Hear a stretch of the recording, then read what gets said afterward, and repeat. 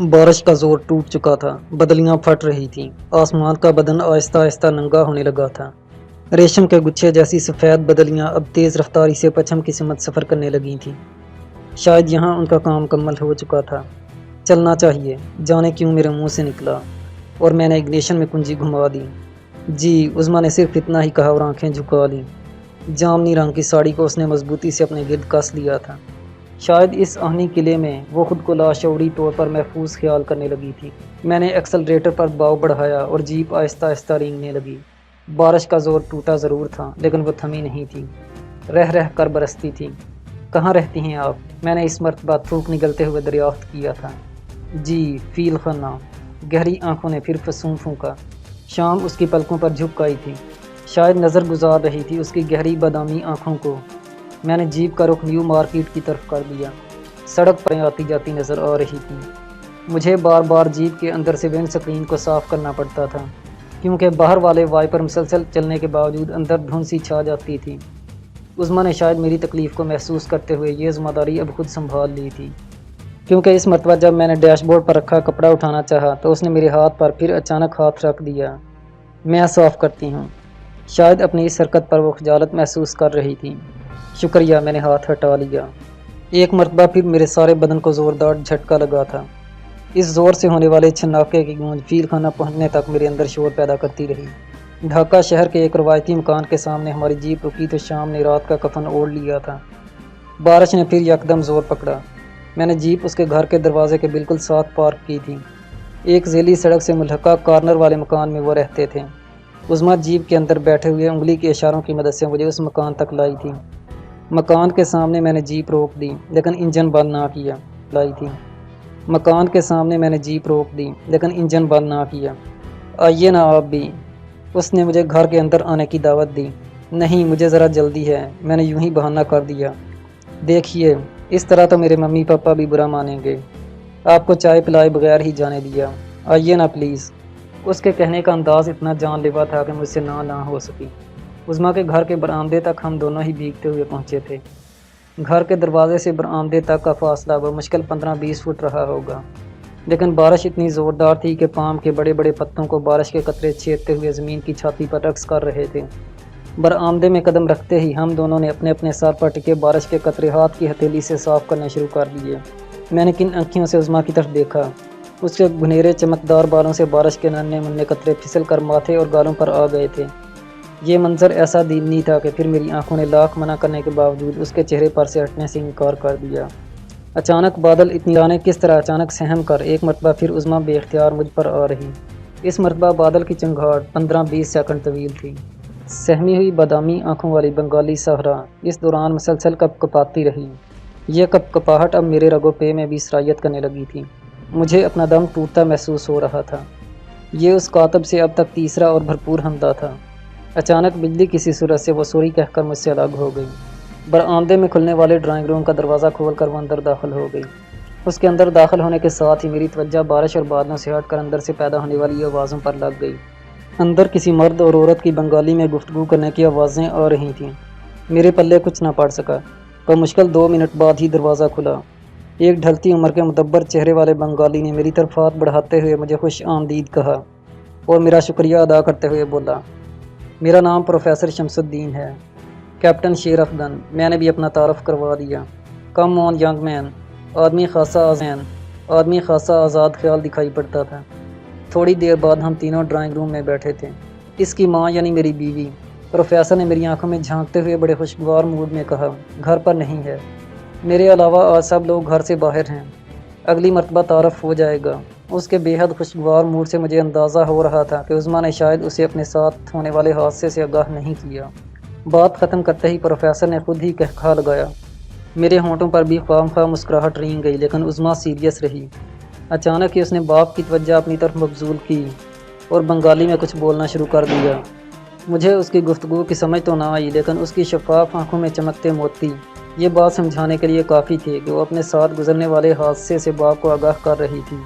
Professor اب خاصا serious نظر آ رہا تھا۔ بیٹی کی بات کے خاتمے پر اس نے انگریزی میں بڑے پرجوش انداز میں میرا شکریہ ادا کیا۔ اس نے اینک اتار کر اس کے شیشے صاف کیے اور دوبارہ اپنے چہرے پر اینک جماتے ہوئے وہ بولا، شکر گزار ہوں۔ تم جانتے ہو ہم مڈل کلاس کے لوگوں کے پاس سوائے عزت کے اور ہوتا ہی کیا ہے؟ یہی ہمارا سرمایہ حیات ہے، بس یہی عزت سفید پوشی۔ اف میرے خدایا، جانے ہم سب کیوں حیوان بنے جا رہے ہیں۔ وہ اپنا تعارف نہ بھی کرواتا تو مجھے علم ہو جاتا کہ یہ دانشور قسم کا پروفیسر ہے۔ جاؤ بیٹی تم کافی بنا کر لاؤ، اس نے عظمیٰ سے کہا اور وہ اٹھ کر چلی گئی۔ ہم دونوں خاموش رہے، سمجھ نہیں آ رہی تھی کہ کیا بات کریں۔ ماحول کی خاموشی اب مجھے کھلنے لگی تھی۔ پھر پروفیسر ہی نے ہمت کی، وہ مجھ سے میرے گھر بار کے متعلق پوچھنے لگے اور سلسلہ گفتگو پھر ملکی حالات کی طرف مڑ گیا۔ سیاسی صورتحال پر پروفیسر شمس الدین کا تبصرہ بڑا محتاط تھا۔ وہ غیر جانبداری کا تاثر قائم رکھتے ہوئے بھی میرے سامنے پاکستان آرمی کی تعریف کر رہا تھا۔ نہ جانے کیوں مجھے یوں محسوس ہو رہا تھا جیسے یہ شخص جھوٹ بول رہا ہے۔ گفتگو کا سلسلہ جاری ہی تھا کہ جب سامنے کا دروازہ کھلا اور عظمیٰ ٹرالی گھسیٹتی اندر آ گئی۔ اس نے اپنی ساڑی تبدیل کر لی تھی اور بال بھی سلیقے سے باندھ لیے تھے۔ اس لمحے مجھے اچانک ہی یوں لگا جیسے میں کسی دوسری دنیا کا باشندہ ہوں، یا پھر عظمیٰ نے زمین پر جنم لے لیا ہے۔ مجھے ناریل کے جھنڈ میں کھڑی لڑکی کا وہ پورٹریٹ رہ رہ کر یاد آنے لگا جو میں نے کسی آرٹ کی نمائش میں دیکھا تھا۔ فرق صرف اتنا تھا کہ تصویر والی لڑکی کے پس منظر میں سورج غروب ہو رہا تھا اور میری آنکھوں میں شام اتر رہی تھی۔ ڈھاکہ کی خوبصورت شام اپنی تمام تر حشر سامانیوں کے ساتھ میرے دریچہ دل پر دستک دینے لگی تھی۔ محبت کی وینس میرے دل کے نہالچے پر خرامہ خرامہ چلتی جا رہی تھی۔ اس کا میری سمت بڑھتا ہر قدم مجھے اپنے آپ سے ہوش و خد کی دنیا سے دور کرتا چلا جا رہا تھا۔ چینی کتنی لیں گے آپ؟ ستارہ آنکھیں واہ ہوئیں۔ ایک چمچ، میں بمشکل کہہ پایا۔ بس ایک؟ پروفیسر کو تو بات کا بہانہ چاہیے تھا۔ یار کیا کرتے ہو جوان آدمی ہو، مجھے دیکھو اس عمر میں 3 چمچ چینی لیتا ہوں ایک کپ میں۔ حسب معمول اپنی بات کے اختتام پر اس نے خود ہی کہا لگایا۔ یوں لگتا تھا کہ اپنی بیٹی کے ساتھ گزرنے والے واقعات کا اس پر ذرا برابر بھی اثر نہ ہوا تھا۔ رات گئے تک ہم باتیں کرتے رہے۔ ان لوگوں کے باضد ہونے کے باوجود میں نے کھانا وہاں نہیں کھایا۔ سچی بات تو یہ ہے کہ اب مجھے بھوک پیاس کا احساس رہا ہی نہیں تھا۔ روانگی پر عظمیٰ اور پروفیسر دونوں نے مجھ سے دوبارہ واپس آنے کا وعدہ لیا۔ پہلی ملاقات پر ہی عظمیٰ نے جس بے رحمی سے میرے جذبات کو جھنجھوڑا تھا، ہماری محبت کا آغاز ہی جس طوفانی انداز میں ہوا تھا، اس سے انجام کا اندازہ لگانا کچھ مشکل بھی نہیں تھا۔ لیکن تب میں تجزیہ نگار نہیں تھا، یا پھر عملی زندگی میں شاید پہلی مرتبہ محبت کی گہری دلدل میں قدم رکھا تھا۔ میری حالت تو اس پیراک کی سی تھی جس کو تربیت حاصل کیے بغیر ہی پہلی ہی مرتبہ سمندر کی طوفانی لہروں میں اتر جانے پر مجبور ہونا پڑا ہو۔ اپنے آفس پہنچنے تک عظمیٰ میرے دل و دماغ پر چھائی رہی۔ میری تربیت عام فوجیوں سے ہٹ کر ہوئی تھی، خصوصاً جو انٹیلیجنس کورس میں نے پاس کیے تھے۔ ان کے ذریعے مجھے انسان شناسی کے فن پر قدرے دسترس ضرور حاصل ہو گئی تھی۔ مجھے عظمیٰ معصوم لڑکی ضرور لگی، لیکن اس کا باپ نہ جانے کیوں میں پروفیسر شمس الدین کے متعلق کوئی اچھی رائے قائم نہ کر سکا۔ مجھے یوں لگا جیسے اس نے وہ کچھ کہا ہے جو اس کے دل میں نہیں تھا، جیسے وہ مجھے خوش کرنے کے لیے یہ سب کچھ کہہ رہا ہو۔ میں نے ان تمام خیالات کو جلد ہی ذہن سے جھٹک دیا اور اپنے نائب کی مدد سے اس علاقے کی صورتحال کو سمجھتا رہا۔ دیوار کی نقشے پر مختلف مقامات کی نشاندہی کی گئی تھی جہاں مشتبہ لوگ رہائش پذیر تھے۔ 3-4 روز تک ہم اپنے علاقے کا سروے کرتے رہے۔ اسی سلسلے میں اس روز میں نیو مارکیٹ میں گھوم رہا تھا۔ دراصل میں اپنے ایک ساتھی کے ساتھ ایک مشتبہ شخص کا تعاقب کرتا ہوا یہاں آیا تھا۔ وہ شخص مارکیٹ میں آ گیا، میں بھی یہیں موجود تھا، اس خدشے کے پیش نظر کہ اسے کہیں میرے متعلق شک نہ ہو جائے اور وہ محتاط نہ ہو جائے۔ میں نے اپنے صوبے دار کو جو مقامی بنگالی تھا اپنی جگہ اس شخص کے تعاقب کا حکم دیا اور خود صورتحال سے قدرے لا تعلق ہو کر وہیں ایک بک سٹال پر سالوں کی ورق گردانی کرنے لگا۔ اچانک ہی ہیلو کی آواز نے مجھے چمکا دیا۔ گردن موڑ کر میں نے بائیں طرف دیکھا اور پھر پتھر کا ہو کر رہ گیا۔ یہ عظمیٰ تھی، بنگال کے سر پر چڑھ کر بولنے والے جادو کی جیتی جاگتی تصویر۔ ہمالیہ کی پر اسرار دیوداسیوں کی طرح اس نے اپنے جوڑے میں سفید گجرے ٹانک رکھے تھے۔ اس کے دونوں بازوؤں میں بھی چوڑیوں کی جگہ ایسے ہی گجرے دکھائی دے رہے تھے۔ اس موسم میں عموماً یہاں لڑکیاں پھولوں کے ایسے ہی زیورات استعمال کیا کرتی تھیں۔ ایک مرتبہ پھر اس کے قرب کا احساس میرے لیے جان لیوا بننے لگا۔ ہیلو، میں نے بھی جواباً کہا۔ کمال ہے، ہم آپ کے منتظر ہیں اور آپ آئے ہی نہیں۔ اس کی بادامی آنکھوں نے فسو پھونکا۔ کاش میں اسے بتا سکتا کہ میں گیا ہی کہاں تھا۔ اس روز سے اب تک میں اس کے سحر سے آزاد ہی نہیں ہو سکا تھا۔ میں ذرا مصروفیت میں نے بات ادھوری چھوڑ دی۔ ساتھ والی دکان سے ایک درمیانی عمر کی خاتون ہماری طرف بڑھ رہی تھیں۔ مما سے میرا تعارف کرایا۔ اس کی بات سے مجھے بھی احساس ہوا کہ وہ میرا مکمل تعارف اپنی ماں سے کروا چکی ہے۔ یہ سب ہی لوگ پڑھے لکھے معلوم ہوتے تھے۔ اس کی والدہ بھی شکل سے کوئی پروفیسر دکھائی دیتی تھی۔ بعد میں میرے اس اندیے کی تصدیق بھی ہو گئی۔ وہ ایک مقامی اسکول کی ہیڈ مسٹریس تھی۔ جیتے رہو بیٹا، کیسے ہو؟ اس نے روایتی انداز میں دعا دیتے ہوئے میری خیریت دریافت کی۔ ماں جی ٹھیک ہوں، میں نے مختصر جواب دیا، چاہتے ہوئے بھی میں اپنی نظروں کو عظمیٰ کے مسلسل طواف سے نہ روک سکا۔ تم آئے نہیں، آؤ نہ کسی روز، پروفیسر صاحب بھی تمہاری بہت تعریف کر رہے تھے۔ ماں بیٹا کچھ باتیں کریں گے؟ جی ضرور آؤں گا، میں نے کہا۔ میرے انکار کے باوجود وہ مجھے نزدیکی بار میں لے گئیں۔ ہم نے یہاں مشروبات پیے۔ بل میں نے زبردستی دیا، گو کہ عظمیٰ کی والدہ نے اس کا برا مانا کیونکہ وہ میری میزبان تھیں، لیکن مجھے یہ گوارا نہیں تھا۔ انہیں ایک رکشہ پر سوار کر کے میں لوٹ آیا۔ یہ بڑی عجیب بات تھی کہ ابھی تک ان لوگوں نے میرا ایڈریس دریافت نہیں کیا تھا۔ حالات اتنے بگڑ گئے تھے کہ اب کسی بھی افسر کو اکیلے سفر کرنے کی اجازت نہیں تھی۔ خصوصاً ہم جیسے اسپیشل ڈیوٹی افسروں کو تو سختی سے ہدایت کی گئی تھی کہ چھاؤنی سے باہر اکیلے ہرگز نہ جائیں۔ ہم لوگ عموماً ایسے احکامات نظر انداز کر دیتے تھے کہ کون اپنے ساتھ باڈی گارڈوں کی فوج پالتا پھرے۔ بمشکل چند لمحے ہی تو میسر آتے تھے جنہیں حفاظتی اقدامات کی نظر کر دینے کو جی نہیں چاہتا تھا۔ اس روز جب میں شہر کی طرف آنے لگا تو کرنل صاحب نے ایک حوالدار کو زبردستی میرے ساتھ کر دیا۔ اب وہی میری جیپ میں موجود تھا۔ جیپ میں نے احتیاطاً آفس سے قریباً 2 فرلانگ دور پارک کی تھی۔ واپس پہنچا تو جیپ میں لگے وائرلیس پر ایک پیغام میرا منتظر تھا: ہوائی اڈے پہنچو۔